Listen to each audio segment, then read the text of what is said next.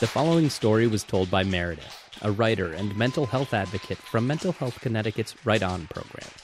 This story is raw, personal, and may contain language not suitable for younger listeners. Hi, I'm Meredith, and I would like to talk about what I wish people knew about mental illness.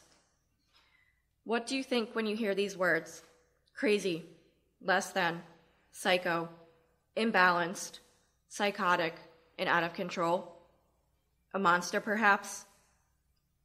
These are some words people use to describe a person living with a mental illness.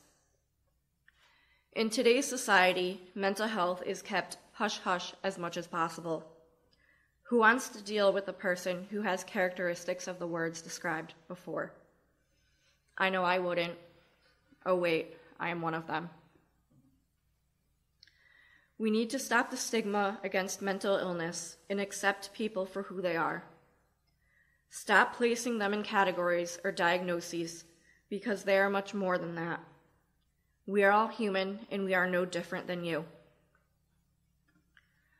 I would like to start with a song lyric written by Jessica Andrews. It's all a part of me and that's who I am. Throughout today and every day, keep that phrase in the back of your mind and really think if your struggles have helped you get to where you are today. Picture this. A baby girl that only weighed 3 to 4 pounds at birth spent the first 5 months of her life in a hospital. A baby who did not cry and was not responsive to the world. A baby who did not know that if she babbled sounds, someone would babble back. The baby's muscles were not strong enough to sit up and see the world beyond her crib.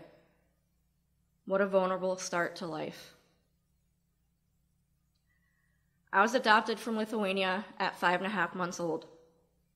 I'm so thankful to be here to share my story with you today, and so thankful to be given a second chance at life.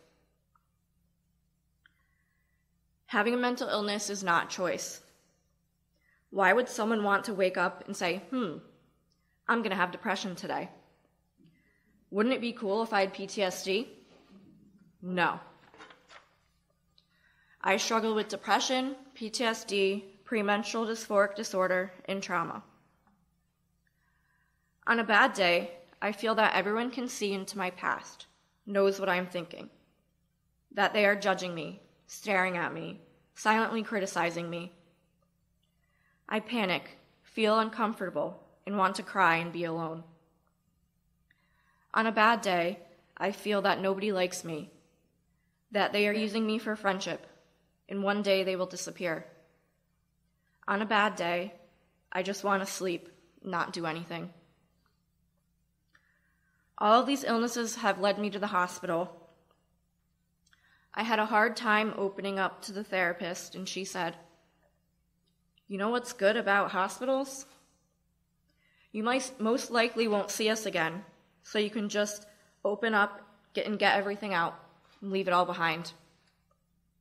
Well, unfortunately, that didn't work for me.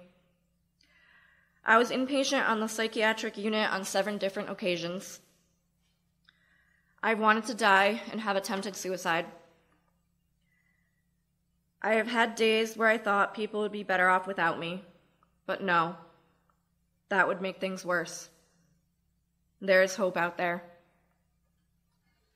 It's all a part of me, and that's who I am. Throughout my journey, I always believed I was alone, and no one would care if I was no longer here. That is not true, and I was not alone. It was extremely difficult to gain the strength to seek help and the need to act out in negative ways for someone to notice. My attempts were a cry for help. Overdosing and then calling a family friend because I was scared I was going to die. Self-harming and telling a teacher at school.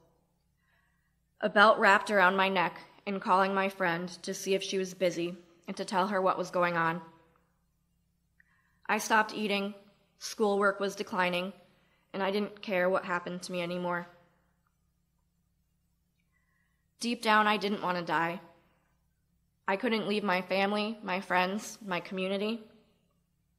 I could never imagine the pain I would have left them with, the agony tears, and sense of feeling helpless, that they wish they knew something was wrong and could have helped. For someone who thought they would never graduate high school, let alone get into a college, I have an undergraduate degree in human services and will be graduating this Saturday with a master's in social work from the University of Connecticut.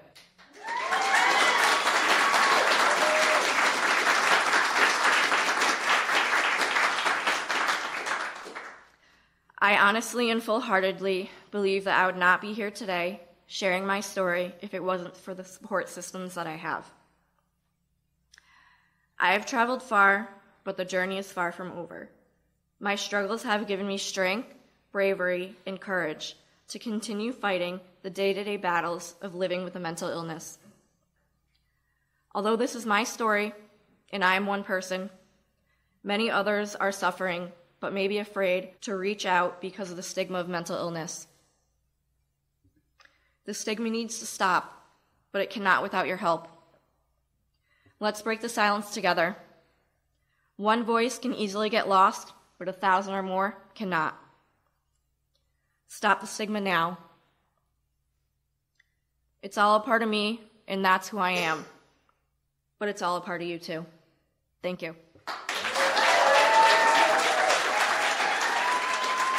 This story was recorded in front of a live audience at CT Improv's Theater in Hartford, Connecticut.